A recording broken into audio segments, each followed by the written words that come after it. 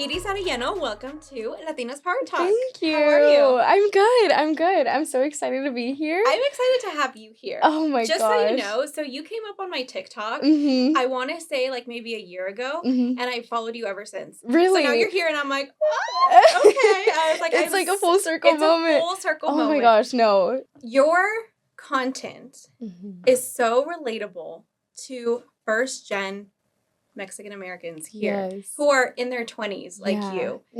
Did you, when you started doing content, was that like the intention to put out content specifically, you know, relatable to us? Or was it just like you were like just showcasing your life, a day in the life, like a diary of who you are? Yeah. Or was it like intentional? Yeah, no, honestly, like when I first started posting, I never even knew like where I wanted to take it.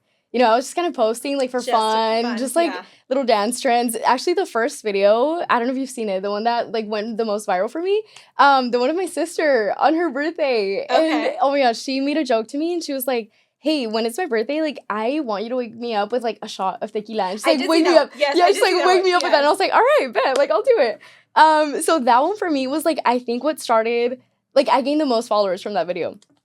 And then off of that video, I started posting like my daily life, making videos with my dad, with my parents, just like, I don't know, at the time I still hadn't graduated college yet. So I spent a lot of my days just at home.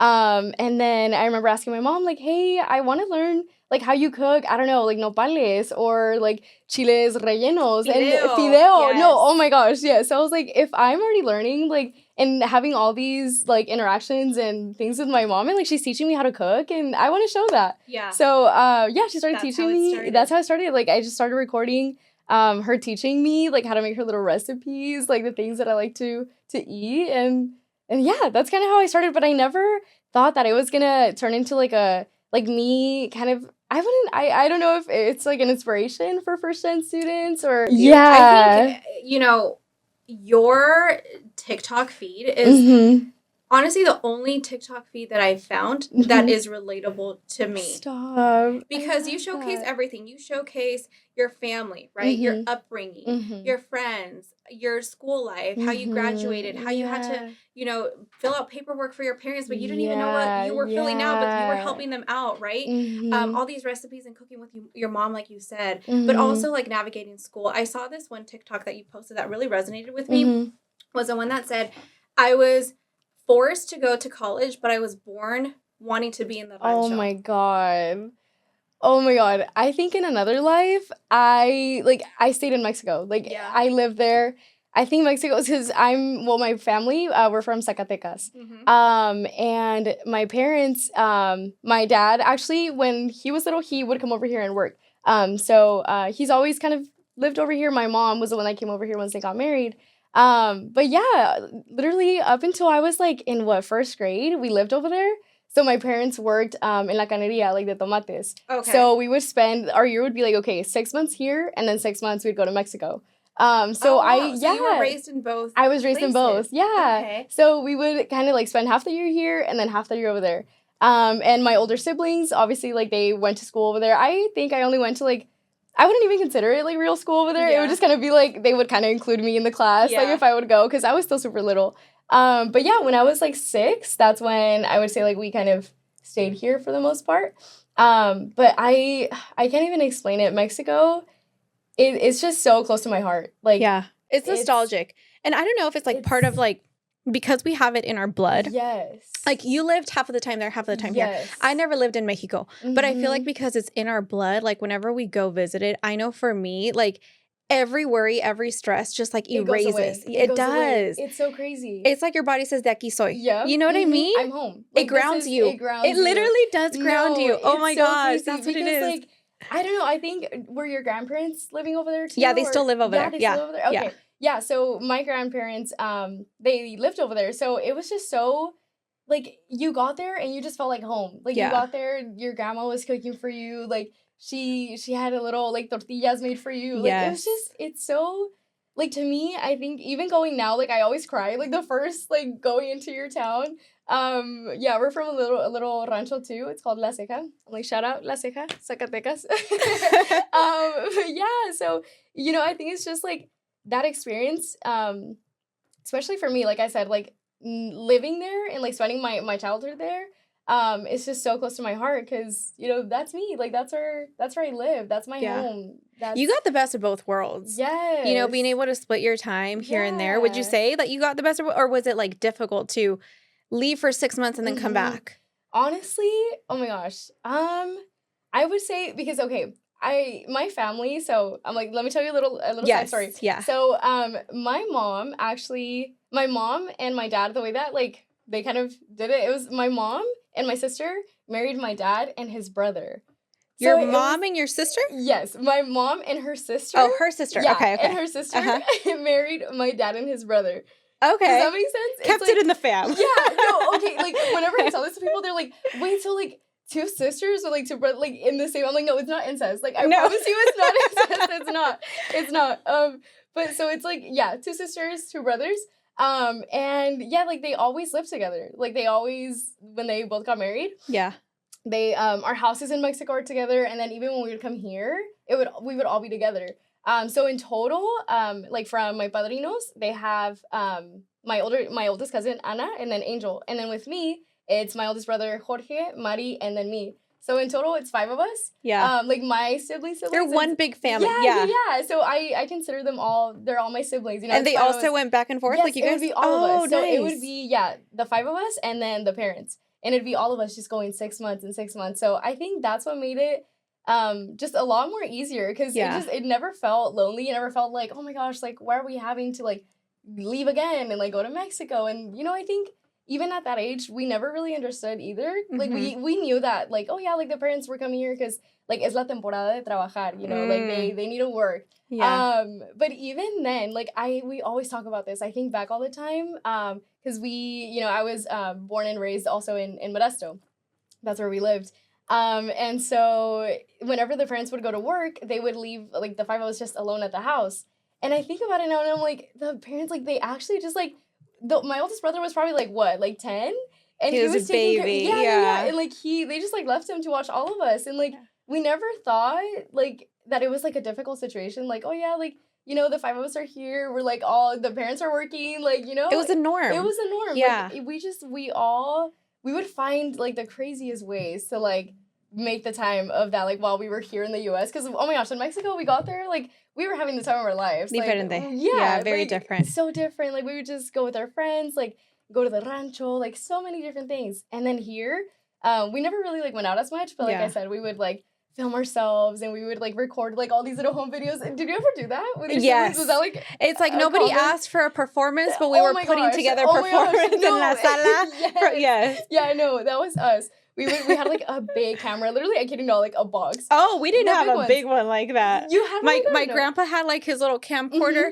You know what I mean? But it wasn't, like, a big one. That was, like on set style. Oh, no. Yeah, it was the big ones. And we would just, like, record ourselves and we would, like, recreate episodes like Del Chavo and, like, all these different things. Like, yeah, but little actors. Yeah, we were little actors. But yeah, it was such a fun experience. Looking back at it now, you know, it was, like, difficult, I'm pretty sure, for our parents to, like, have to, you know, like, move their kids to, like, Mexico and back and doing all of that.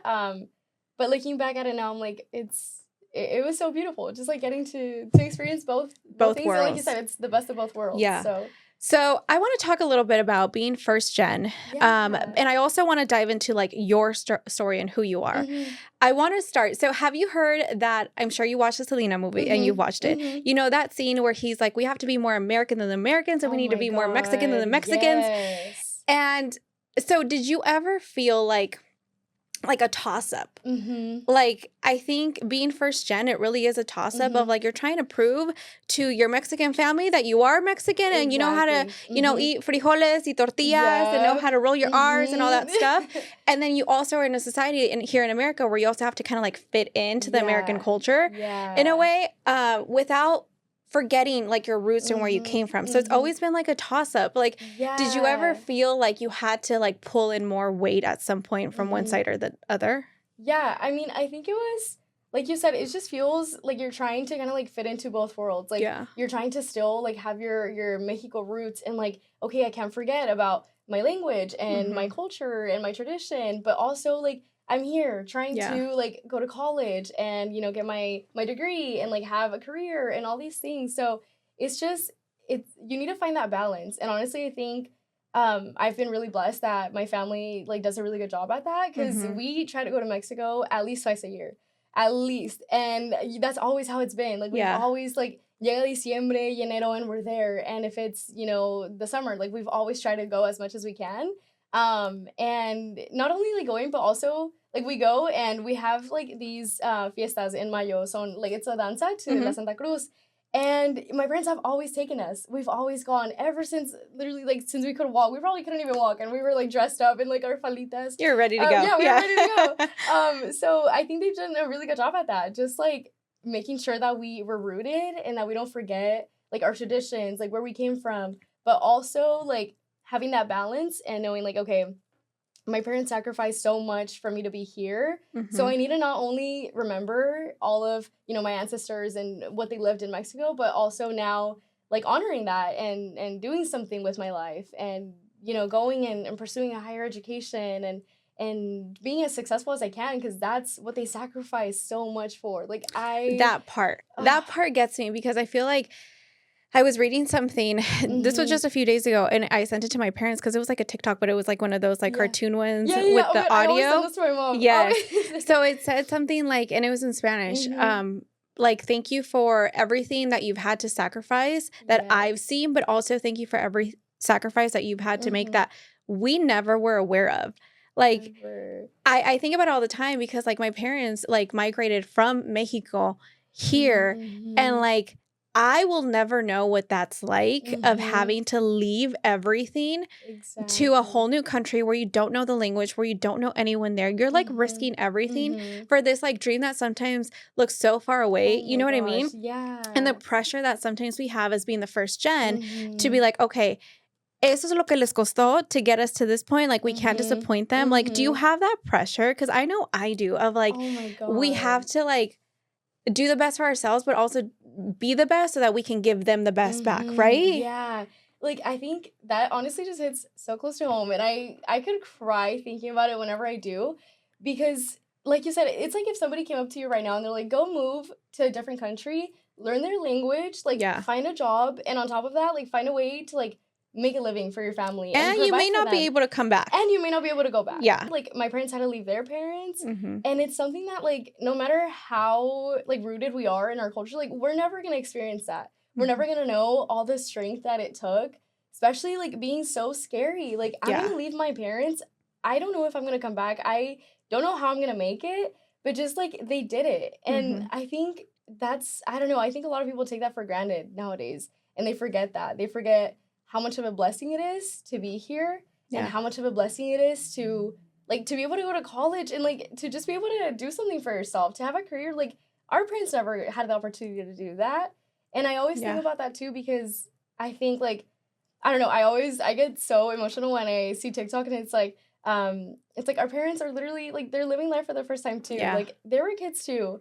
And I think it's so, it makes me emotional thinking that one day, or like growing up, they probably had like their own like dreams that they also wanted to do, like their own passions that they wanted to pursue, but like they never got the chance to do that. Yeah. You know, and it's because they were like keeping us in mind. Like, they had to leave all of that, and it was for us. And how lucky are we now that we were able to now like have a choice of what we want to do? Because like you said, like I take it back to like my abuela, for example. Oh my God, like she didn't finish like elementary school. Yeah. She barely knows how to read. And I'm like, because she wasn't given the choice to go to school. She, as the oldest, had to take care of her 8+ siblings, you know what I mean? Whereas like now, like how lucky are we to be in a place where we're like, we can go to school, we can choose whatever career we want to go into, you know what I mean? It's such a blessing. It really is. Like, it's something like we never need to take it for granted. Cause, like, that's how, I don't know, my mom is too. Like, my mom didn't even go to middle school. Like, she went to, I think the furthest grade was what, like 5th? And even then it wasn't even like real school. It was like a person would come to like the rancho and they would like teach all the little kids, you know? Yes, so it was very different. Yes. Yeah. It was like a neighborhood classroom setting. Yeah. My mom always told us like, like we went to school, like we would have to like walk like 2 hours, and it would be like under like un arbolito, y ahí nos sentábamos, and they would teach us. So it's crazy. Like, that's what they experienced. And I always think about it, I'm like, imagine if somebody went up to them when they were that age and they're like, when you're older, you're going to be in the US and you're going to be successful and you're going to have kids that are successful. And it's because of all the sacrifices that you made. Yeah. You know? And like, I'm so passionate about that too, because that's actually what I do right now for my job. I'm an admissions counselor. So, nice. It's for Stan State, the university that I graduated from. Yeah. And it's also so full circle because, you know, I'm going to all these high schools and colleges and I'm talking to first-gen students. And, you know, I feel like it's my responsibility to, like, be that example and say, like, hey, you know, like, I was in your shoes. Like, my parents never went to college. Like, they never even went to high school or middle school. And, like, now you have the opportunity to do that. So do it. Like, take advantage of it. Yes. Like, take that opportunity. Like, it's something that, you know, especially I think now, like, higher education, like, a lot of people don't really, like, see the value in it. I think it's so important, though. I'm a big advocate about education. Me too. Yeah. And I completely agree. Like, you don't need, like, a college degree to be successful. Like, you could find a million different ways to do it. But I will say that paper gets you so much further ahead. For sure, yeah. Than someone without it. You know what I mean? Yeah, and that's always what I say. I'm like, you could get a degree and, like, not use it, not work in that, whatever, go do your own thing. But at the end of the day, like, if you ever need anything, you always, like, nobody's going to take your degree away from you. You have that to back you up. You have that to back you up. If shit hits the fan, at least you have that, you know? Exactly. Like, you never have to doubt. Be like, oh my gosh, like, what am I going to do? You have your degree. Like, you have it. And it's crazy because, like you said, I think it's also, like, a first-hand experience. When all my friends were like, yeah, like, I'm going to fill out my FAFSA with my parents. And my parents are helping me on my application. And, yeah, like, my mom's, like, reviewing my college essays. And I was like, what do you mean? Like, your parents are, like, helping you on your application? Like, we had to figure out FAFSA on our own. We had to figure out, like, everything. Like, my parents didn't know what a UC application was. Like, they didn't know what FAFSA was. Like, it was up to us to, like, sit down with them and be like, okay, I want to apply to college. Like, I need your tax forms. Oh my God. I need your W-2. Yeah, no. And they're like, why? Yeah, you know? No, my dad was so, like, he would get so stressed because he's like, what do you mean? Like, you need my tax information? Like, for what? So, just, I mean, like, we need to have that grace with them, too, because, like, they don't know anything. Like, they don't know any better. And it's not because they don't want to help us. Like, they just truly, like, they don't. Are unaware. They're unaware of that part of, Like, they don't know how to guide us through that. But they offer us their support. And that's way more than I could ask for. So. Was there ever a moment where, like, you felt like I guess let me rephrase it. Do you think that because we kind of had to learn a lot of these things, we kind of had to grow up a little bit differently than like someone else? Yeah. I think, because are you the oldest? I'm the oldest. Okay. Yeah. Because I was going to say I'm the youngest in my family. Okay. So I think it's like, it's different because I feel like that responsibility too. And I feel like I did have to grow up maybe a lot faster than all my other friends that like had that support. Not that support. They had like the help of their families, you know, to like guide them to like college and all those things. But I think also like being the youngest, I think for sure like my oldest siblings felt that. Like how you probably felt it. Like that responsibility of like, oh my gosh, like they're looking up to me. Like I am actually the first one in my family to go to college, to apply. Like you were the one setting the example. The pressure was high. Yeah, like I admire that so much because I feel like I have like, I'm like the stereotypical like little youngest sibling. I'm like, okay, like no worries, like I'm just like worry free. Like I know but you've had to work for it too. You know, Like, it's not to say that I didn't have to work for it. But I thank my siblings a lot too because they set the best example for me. Like I think if I was an older sibling, I don't know if I would have been able to do that. Like I admire them so much because I think about, you know, my oldest brother and my oldest sister, and I'm like, it's crazy. Like I was telling them, like, George, Anna, like, how'd you guys do this? Like, how did you guys actually, like, figure out, like, all these things of, like, oh, I need to have these requirements for college. I need to apply by this date. Like, all those things that you wouldn't even think about, but they did it. And, like, they set that example, and I think that made it a lot easier for me once I was actually, like, going down that path. And, yeah, like, it's such a blessing, honestly, to have that example because I don't know. Like I said, I admire you for doing that, because I know like how my siblings went through it. So it's a lot of work. I feel like you have to you have to teach yourself so many things that like at 16, 17, you're like, God, what is this? You know what I mean? You're kind of like thrown into the adult world before you're even an adult. But I mean, también I feel like it goes hand in hand with o tienes ganas o no. Exactly. You know, porque hay mucha gente que desafortunadamente don't, either because of how they were raised or I don't know, like no tienen esas ganas de seguir creciendo en su vida, so a veces se quedan estancadas, you know what I mean? Pero si tienes esas ganas, honestly, I feel like I always say this, that's all you need. That's all it takes. Like, it doesn't matter how much money you have, it doesn't matter where you come from, like, none of that really matters. Yeah. But, so, you went to Cal State, right? I did, yeah. So how is that process like? I saw something on your TikTok that you started at a different college and then you transferred over, right? Yeah, so I started actually at UC Davis. So it's so weird because coming right out of high school, like I said, I always look up to my siblings. Like my siblings are my biggest inspiration. I love them so much. Yeah. And coming out of college, I feel like all throughout high school, I was like a little tryhard. I was such a nerd. I was always like taking all the AP classes, taking all the extra like curricular activities, like everything.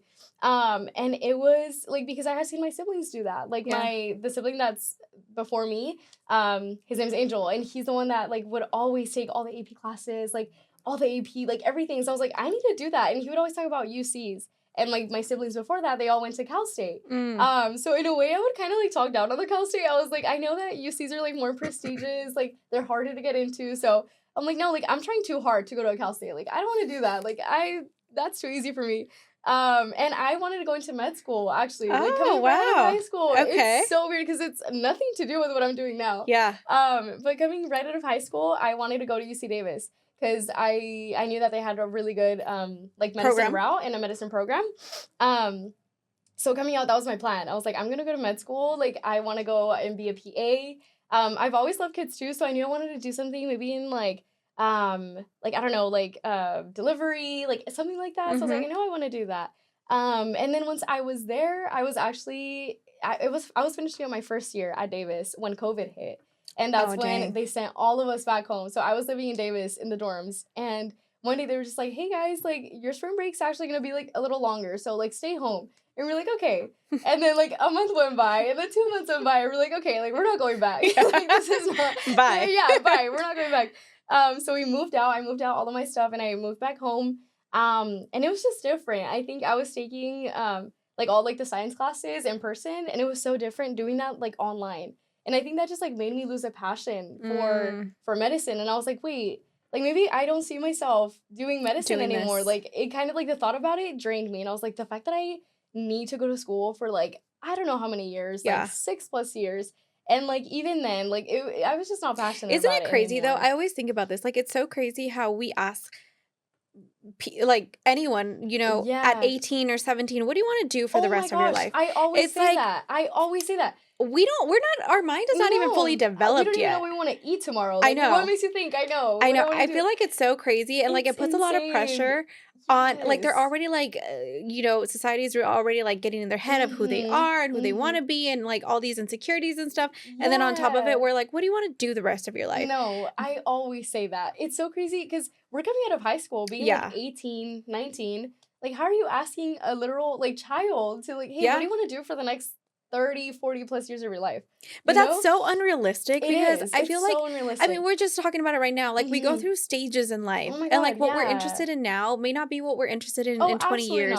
And it's completely normal to change and pivot your, like, path, you know? I always say that. Like, what you're interested in at 15 is going to be so different when you're 25. Yeah. And it's going to be so different when you're 35. Like, we're just not meant to have, like, the same interests and the same passions. You know, like, we're growing up. Like, we're bound to have that. But again, I think it's probably, like, our generation that's starting to think like that because how many of the older generation have stayed in their job? Oh, yeah. Even if they hate it. They stay there. Like, my dad has been in the same job for years and years ever since my sister. Yeah. And it's like, do you really love it or is that what you're used to? You know what I mean? Or are you just doing it because you're comfortable and because it's like stability? It's security. It's security. Yeah, exactly. Because they have that mindset too of like, and I don't know if we do.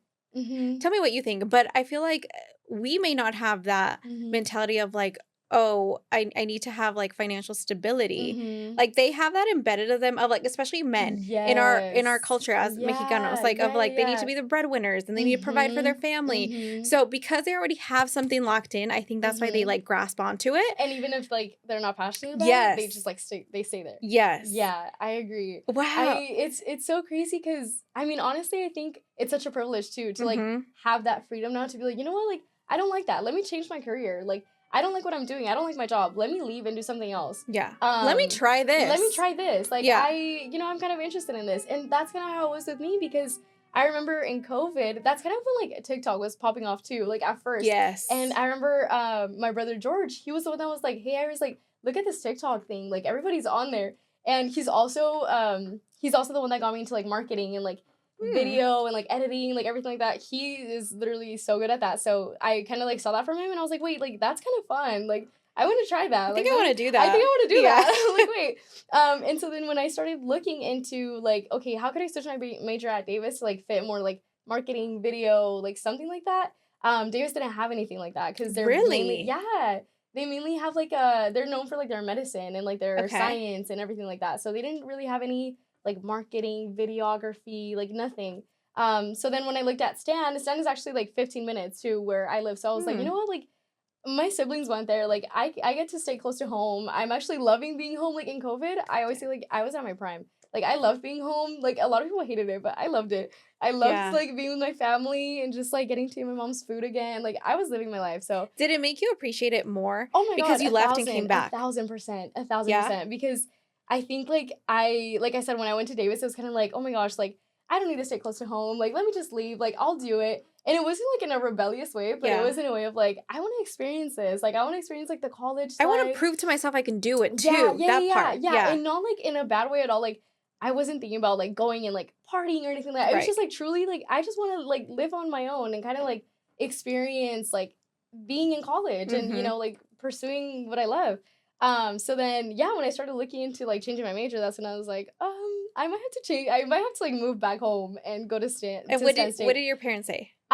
They loved it. Honestly. Really? Yeah, I know. They loved it. They're like, you're back. They're like, you're right where you belong. You're up in the nest. Yeah.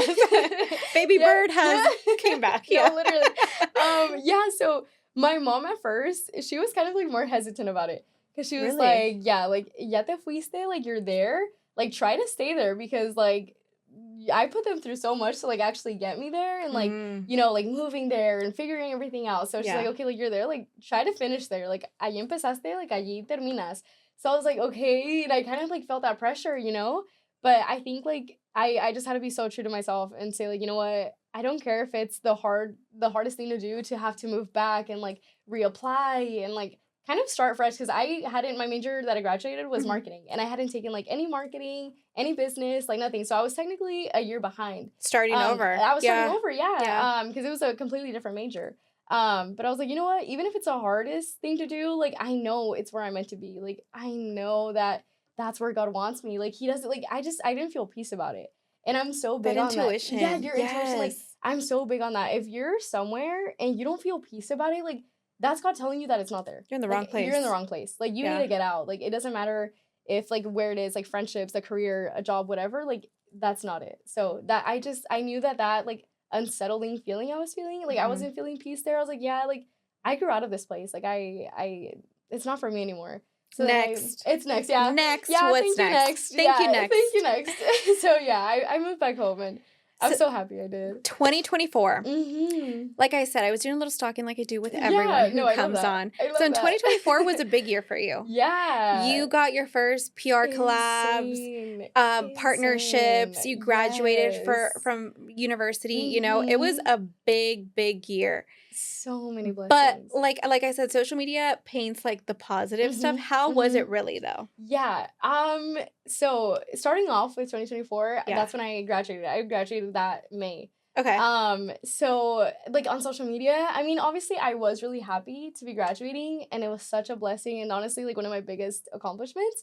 But I think I also felt that pressure of like, okay, like what's next? Like what am I gonna do? That pressure is real. Yes. Like I knew I was like, okay, like like I said, I feel like I've always like had to, and not in a bad way, like I've had to like live up to like the example that my siblings had set. You know, all of them have graduated and right away, boom, like full-time job, like, and really good job. So I was like, you know, I never thought about it. So because I'm the oldest, so as the oldest, I think there's pressure of like, oh my gosh, like setting the ground, setting the example for the ones, you know, younger. Yeah. But I guess as the youngest one, I never looked at it like that. There is pressures too of like, am I like filling those shoes, right? Yeah, it's like, it's a different type of pressure. Because I think for you, it's like, okay, like it's all on me to like set that example. Figure it out. Yeah. And then I think for me and like for younger siblings, it's kind of like, okay, my siblings have literally set the bar so high. So now like I need to reach up to that. Like I can't do any lower, you know, like it's, you feel that pressure too. Which I think it's not a bad thing because it definitely like, it kept me, you know, like on my toes. Puts and like moving. a fire under your ass. Yeah, no, literally, I was like, I need to do this. Like, lo hago. Like, there's no other way. So graduating, I felt that pressure and like, I just felt so anxious. I was like, oh my gosh, like, what am I going to do after I graduate? Like, I didn't have a job lined up because, I mean, when I was at Stan, I was a student assistant. I worked there. And so then I remember like, just like praying about it. And I was like, I don't know where you want me to go. I don't know what I want to do. Like, I know I want to be in marketing, but at the time, I was also kind of starting to post on TikTok. So I was like, I know I don't have enough followers to even make this a full-time job. Like, and I know my friends are going to think I'm so crazy for, like, graduating. And then, like, okay, well, I'm going to, you know, just do TikTok. You know, like, it's going to be so weird for them. So right after I graduated, my boss at the time, she was like, hey, there's an opening, like, at the office, like, literally right next door, but still at Stan. And she's like, do you want to take it? And I was like, you know what, like, even though it wasn't, like, necessarily my field, it was more, like, office work, like, paperwork, stuff like that. I was like, I'll take it. Like, it's a full-time job. Like, I need it. Like, that's exactly what I'll take for right now. So being there, it's so crazy because I always see that God works in such mysterious ways. Yeah. Like, even if you think that it's not the path that, like, you plan for yourself, like, he's gonna make a way when there seemed like there's no way. So I got to that job and I remember I was like, okay, like, I'm here now. Like, I have a job, I guess, but, like, I don't really like it. Like, it's not really what I'm passionate about. What am I doing here? I know, like, what am I doing? But it's so crazy because that's the job. I don't know if you've seen my videos. It was last like summer. I started posting like my what I eat in a day videos. Yes. And that was the first one that I saw. Yes. Yeah, no. And so those videos for me were like what popped off the most. Like from those videos, like my account grew. And I never even expected it because I was at that job and literally I always say this, I'm like, so sorry to my boss if you're watching this at my old job. I'm so sorry, but I did not like the job and I had to figure out a way to like not be bored. Make it fun. Yeah, especially because the first few weeks, like, you know, they're just kind of training you. You're not really doing much. So there'd be times that I would like do everything I needed to do in like the first few hours. And then after I was just sitting there and I was like, what am I going to do for the 5 next hours of my day? So then I started like recording myself at work and I'd be like, okay, let me just record like what I'm eating. And then I would like edit it if I had like more time during the day. So like that is when like through that job, I started making those videos. And I started, like, doing all those things. And I was like, that is really, like, I feel like that was truly God's plan for my life. Because, like, I never even imagined, like, my account growing the way it did. And before that, I feel like I didn't really know, like, what kind of people were watching me either. Because I was like, I don't know what they want to see. Like, I was kind of posting out videos, but, like, randomly. And from that, like, just recording myself at work, like, what I'm eating. And like I said, it's so bad. But I would, like, edit all my videos on the job and, like, be, like, fully... Like, I was at work and, like, brainstorming, like, TikTok videos. And, like, what do I want to do next? Like, I would see a trend and I would record it, like, in my office. Just, like, office little videos. And I would do that. And, you know, like, even though it wasn't what I was supposed to be doing, I'm like, sorry. No, sorry but it was. It gave it, like, he led you to that. Yeah, and it led you to the opportunity of giving you time and a place to, like, record those videos. Exactly. And then it just, like, snowballed into, I wouldn't have done that if it wasn't for that job. Like, I would have never recorded, like, what I eat in a day or, like, like, come with me, like, in the office. Like, nothing. I wouldn't have thought about that myself. So I think just, like, the way that grew, that honestly started everything for me, those videos. And that's how we connected. Yes. That's from over here. Yes. Oh, my God. What a full circle. Because that was the first video that I saw. And, like, I'm big on mukbangs. Like, I don't know why. I love those videos. Oh, my gosh, no. I literally, have you seen, like, the Wingstop ones? Yes. The Wingstop, I saw a Wingstop one with, like, bulldog noodles. Oh, my God. No. Any type of, like, Wingstop noodle video. I love those. So do you see them and then try them? Because I just look at them. Yeah, no. Okay, I haven't tried, which one was it? I don't think I've ever tried like a full like mukbang that I've seen and like recreated it. I don't think I've done that. Is that how you say it? Mukbang or is it mukbang? I don't know. I never know. I'm like mukbang. I feel like I'm saying it so wrong. I'm like mukbang. You know what we're talking about. You know what we're talking about. Yes. It's okay. No, I love seeing those. Like they're so. I don't know why. I think I've always been intrigued with like even my cousins and it's always like late at night. When you're like so hungry and like they're all popping up. And you're like, should I go to the fridge right now or should I just be good? I'll be making myself a sopa at like 12 a.m. And I'm like, well, here we are. Thanks to TikTok. Yes. I know. I'm like, yeah, literally. So your account blew up. Yeah. And then you started to get PR deals and collabs with actual brands that like you actually use and you were like envisioning at some point getting in contact with. How did that work for someone who's like out there trying to also make it? Like, how did that happen and come into your life? Yeah. Okay, I think it was so crazy because, like I said before, like my little, like what I eat in a day videos, like I was doing little brand deals, but it was with like not big, like brands, you know? It was obviously like, it was still money. Like I was making a little side income, but you know, I was kind of like figuring it out myself. I would like search up videos, like, how to respond to brands if they email you, like what to say, like if they want to send you PR, like what, you know, like figuring out all those things. So did they all reach out to you or did you have to reach out to some? Some of them reached out to me. Okay. And I would reach out. I reached out to a bunch of them too, but I don't think I ever got those. Really? It was to bigger brands. Okay. Yeah. And like I said, I was like a smaller account at the time. So they were probably. Look at you now. Look at me now. No, yeah. So I'm telling you, like, this is how I knew that I was so passionate about this because I would get home from work and I would spend hours researching, like, how do you, like, get in contact with brands? Like, I would search up the brand contact for, like, how do you say it? La Roche-Posay or is it La Roche-Posay? Because I never know how to say that. I think the second one. Yeah? That's also a weird one. I'm like, I don't know how you say that. That sounds like it's French. Yeah, no, literally. Or whatever. Yeah. But that was one of the first ones that reached out to me to send me PR. Nice. And that was like so crazy to me because I use them all the time. Yeah. And that's when I was like, wait, like this could actually be maybe like something more than just like a little like. Wait, am I onto something? I know, I'm You're like, what's happening? Wait a little, yeah. So I started like reaching out to all these brands. And even if it wasn't brand deals, like they would send me PR or like things like that. But then it wasn't until I would say like July. Was when my agency that I'm with now, they reached out to me. And my manager, Ina, shout out to Ina. I love you. You're so amazing. She's the one that reached out to me and she wanted to set up an interview to like see if I wanted to sign with them. And it's Grail Agency. I don't know if you've heard of them. Well, yes, that's who I contacted. Yeah. I'm like, yeah. You do know them.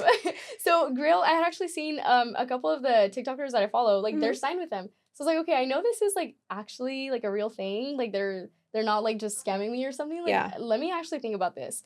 So I met with them. I signed with them last August. Wow. And yeah, honestly, she's been so helpful. Like I think that's, it could seem really, I think, intimidating, especially when you're starting off. You're having to do all that outreach yourself. And it's so hard. Like it's a lot of time. About this. Like it's a lot of time. It's a full-time job. It's a full-time job because like, you're out here, like, to the audience like, watching, it just seems like you're recording a little video, okay, post, like, that's it. But, like, they're not thinking about, like, all the brainstorming that it took, like, if it's a brand deal, like, you had to reach out to the brand, you had to negotiate, like, you had to set up the terms, like, you had to sign contracts, you had to wait for that to be approved, like, you have to record it and then send it back for them. Yeah. It's a whole process. Like, if they want edits, you need to make the edits and send it back. It's just, like, a whole thing.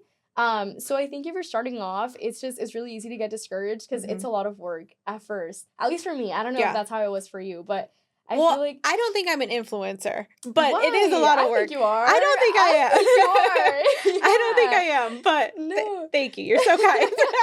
No, you are. I look up to you. Thank you. Yeah. But I will say content creation as a whole is just a beast in itself. It's so much time. It's so much time. Do you enjoy it though? Like now that it's like work, it's technically considered like a full-time job for you. Yeah. Like do you still enjoy it? I love it. Yeah. I love it. I would say like obviously there's those times that like I get home from work at like 5:30 and I have to like go into my second job. I have to, like turn on like time to clock in. Yeah, like I need to, respond to emails and like accept brand deals and okay, like this one's accepted. Like let me film it and then I need to, so it's a whole thing to actually like it's really easy I think for you to like lose that passion if you're not really passionate about it. Yeah, it's really easy to get tired of it. Because you're going to get home from work, especially if you're starting off and, like, it's not your full-time job. You're going to get home from work and you're going to be so drained and tired. And you need to, like, push through that. You're going to be like, you know what? Like, I love this. I love making videos. I love creating content. So, like, I need to push through. Like, it's definitely, there's, like, certain weeks where I'm like, okay, like, it's so hard. Like, I've just worked from 8 a.m. to, like, 10 p.m., you know? But it's just, I love it.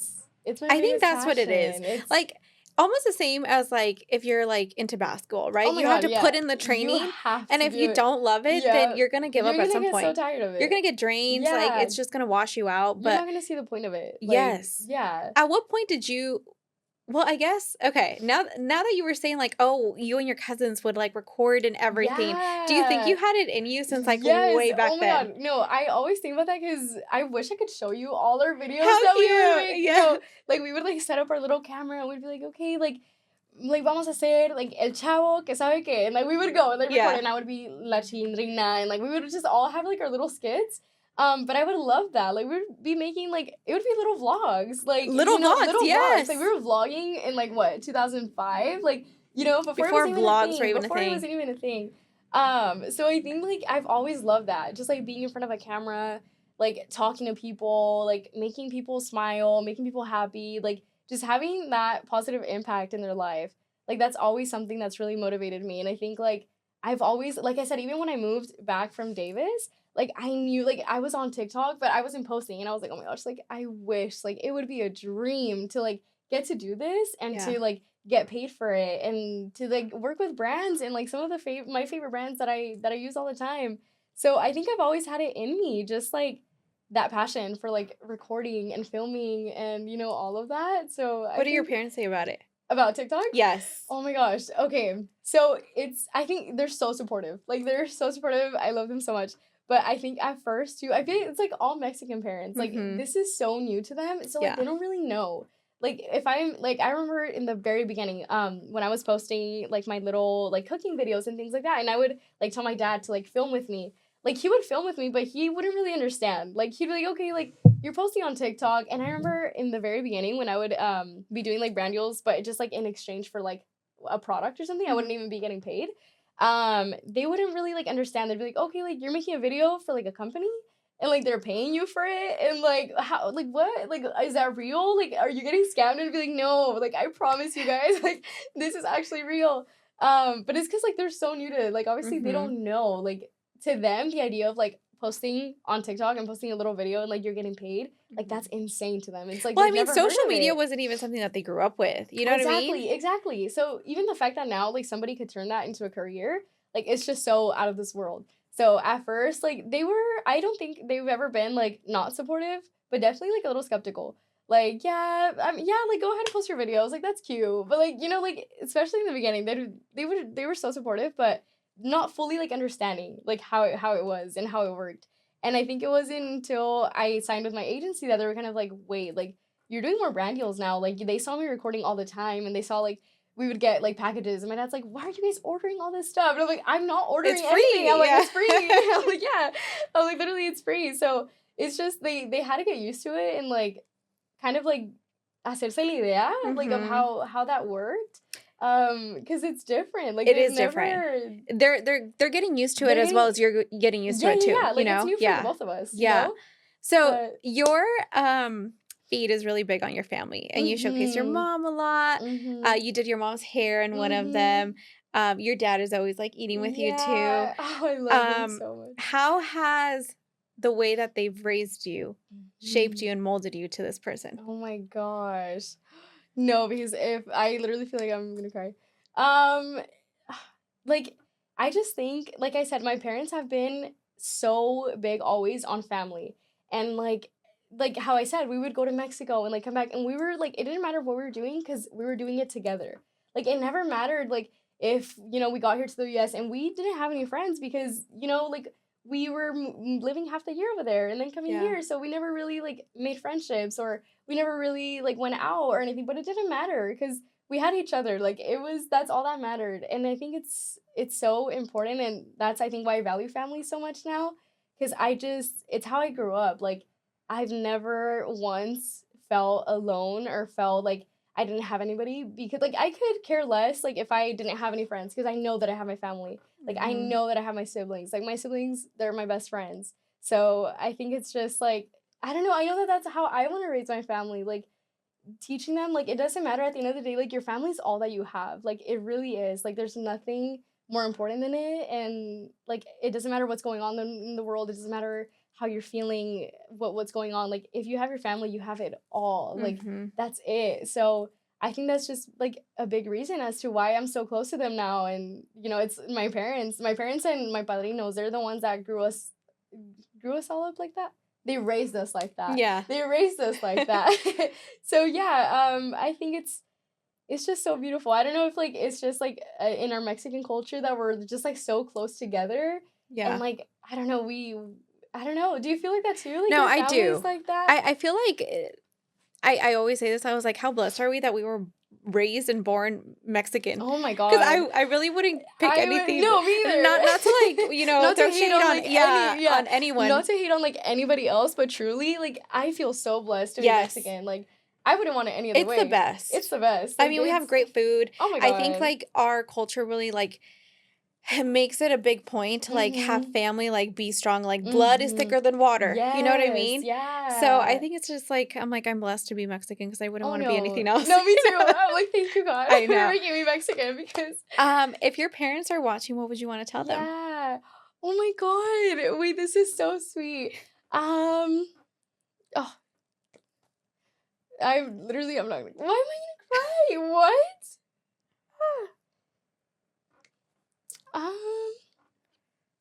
There's so much I could say.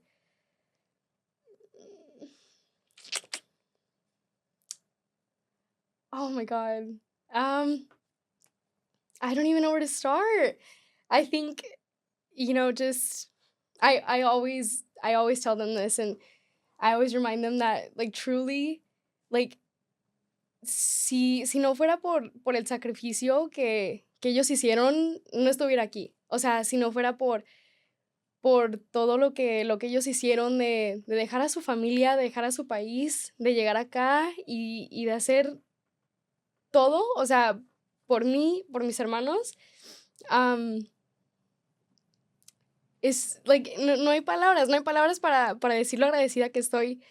Like I said, I feel like my padrinos are also like my second parents. So whenever I'm talking about my parents, I'm also talking about them. I literally, why am I crying? It's really, what? I'm just so thankful. I'm so grateful for them, because it's not everybody that gets that opportunity to, you know, have such a loving family. And I just feel so blessed to have that family and to have that support and that love. God really just blessed me so much. Y siempre, o sea, todo es por ellos. Siempre digo, o sea, even when I graduated, I was like, this diploma, like, it isn't mine. Like, es de los que me ayudaron a llegar aquí, y ustedes son los que hicieron el caminito para que yo llegara aquí, para yo tener la oportunidad de estudiar, de graduarme, de tener un trabajo, de hacer lo que en realidad, o sea, me apasiona. Because, like I said, it's such a... It's not everybody gets that opportunity, you know? Yeah. To do something that you're passionate about. And it's such a blessing, because I know they didn't have that opportunity. They couldn't do that. Siempre tenían a su familia en mente, y, o sea, todo lo que hacían era por ellos. Siempre era, o sea, no importa si a mí me gusta cantar, actuar, lo que sea, pero yo voy a trabajar y voy a tener ese trabajo porque quiero lo mejor para mi familia. And it's kind of like what I was telling you, that I don't doubt that, like, my parents, like, hate their jobs, but I know that it's not their dream jobs. Like, especially because even now they still work in la canería. So I know that, like, for them, like, being, like, working in the canería, like, that's obviously not their dream. Like, it's not what I'm pretty sure it's not what they imagined themselves doing when they were little, but, like, it's what they had to do, you know? So I just feel so blessed. Los amo muchísimo, los amo, y siempre se los voy a agradecer y siempre se los voy a decir, porque sin ustedes yo no soy nada y no estuviera aquí. So thank you so much. Los amo con todo mi corazón. But yeah, you know, it's like how I was saying, like, we're so privileged to be here and to have the opportunities that we do. Yeah. And it's like we don't need to take that lightly because they sacrifice so much for us. Like, I don't know.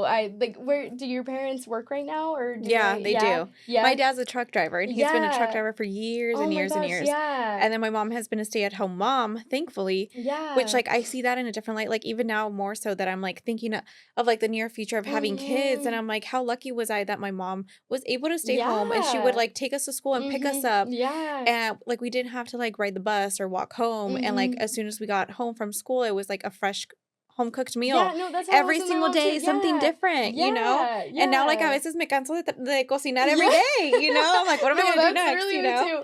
Because, like, my mom, she's a stay-at-home mom, like, half a year. And then en la temporada de la canería, like, van y trabajan. And that's, like, one of the biggest things for me, too. Like, thinking about what job could I have where I'm also able to be, like, present for my future family. But, like, our parents did that. Like, and they made it look easy. They made it look so easy. Yes. Like, that now that we're kind of just barely tapping into everything that they've done, it's like, dang. Like I'm over here, like, crying. And how did you guys have, like, 2-3 kids? No, that is literally what I always think about because, like I said, like, in those times that they would leave the 5 of us kids, like, at the house, like, they would leave food. They would leave us with everything. Like, they would go and work, like, night shifts the whole day, no matter, like, what they had to work. And, like, nunca nos faltó nada. Like, siempre teníamos todo and, like, lo hacían ver tan fácil como que ni nos dábamos cuenta del sacrificio que estaban haciendo because it was just they made it look that easy. And it's not. Like, and it's not. Now we know that it's not. Yeah. Like I can't even imagine them having to get home from like a full night shift and like let me take them to school, let me get them ready, let me pack their lunch, and then let me have energy to like and like still have energy to like show up for their awards and their events and like my field talent trips. shows and field trips, you know, like all those things. Like, how did they do that? Like, I know. They made it look so easy. Like, I always say, like, parents are actual superheroes. They really are. Yeah, they really are. I don't know how they do it. I don't know how they made it look so easy.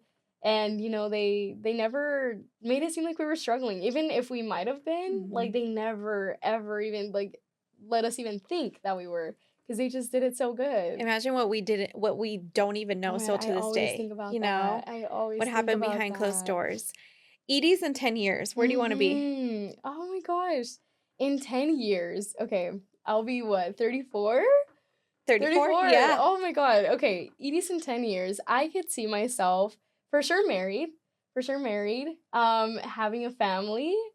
I'm like specifically, no, well, I'm not by 34, but I want to have like 4 kids in total.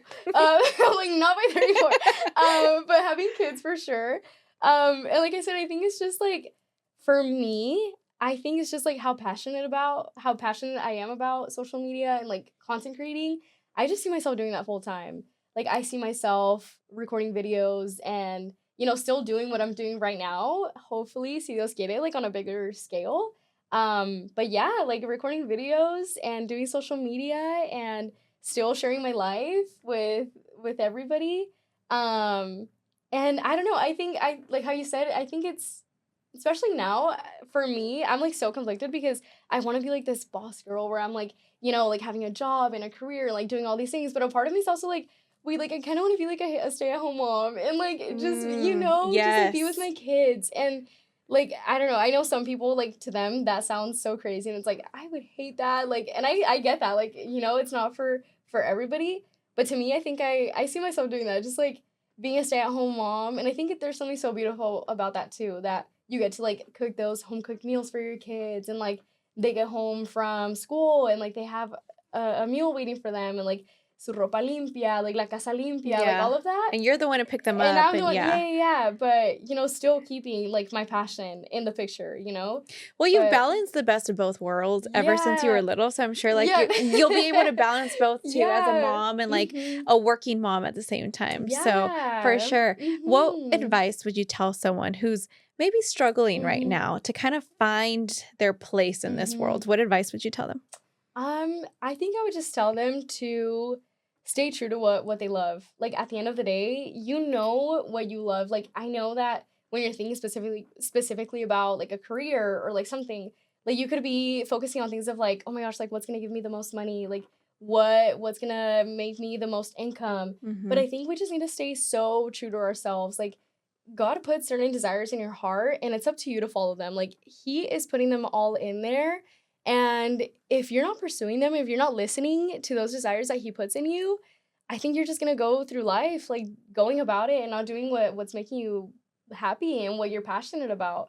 So I think if you're struggling right now and you feel like you're not in a place where you're happy and you're not content with where you're at, obviously I think we all go through those times. Like, you're not always going to feel 100% in any place. But like I said, like, for me, when I got my first job and I was, like, hating my life in there and I was not happy about it, you know, like, God is going to make a way to use that for the benefit of you and to guide you along the path that he wants for you. So I think just having that trust in him and knowing that even if you're not where you want to be, he's going to get you there. And he's going to make that way. And you don't even need to worry about it because he's going to do it, you know? Amen. So, yeah. Where can people find you?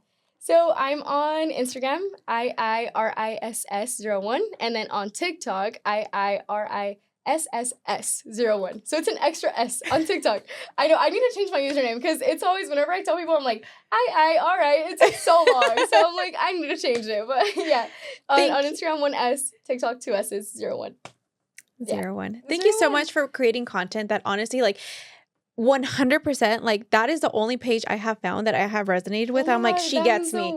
She gets me. And sometimes it just comes to show that, like, we work so hard and creating things that are, like, special to us. But if you do it authentically and if you do it with passion, like you said, like, le va a tocar a alguien al corazón. And you just never know. You know what I mean? Someone might have needed to hear that. Someone might have needed to hear, like, your struggles because they're going through it too. So thank you for putting yourself out there and also for representing, like, First Gen in such a positive way, because I feel like you're such a positive, like, light. So thank you for everything that you're putting out. You're representing us in a great way. We need more of that content. So don't stop. Don't stop. I won't. I promise. And thank you for being here, because it means a lot to me. Thank you so much. No, honestly, this is such a blessing to even be here. Thank you. And, you know, to get this opportunity, like, it's so amazing. So thank you for having me. I appreciate you so much. Oh my gosh, thank you so much. And thank you guys for tuning into this week's episode. I will see you back here next week on Wednesday.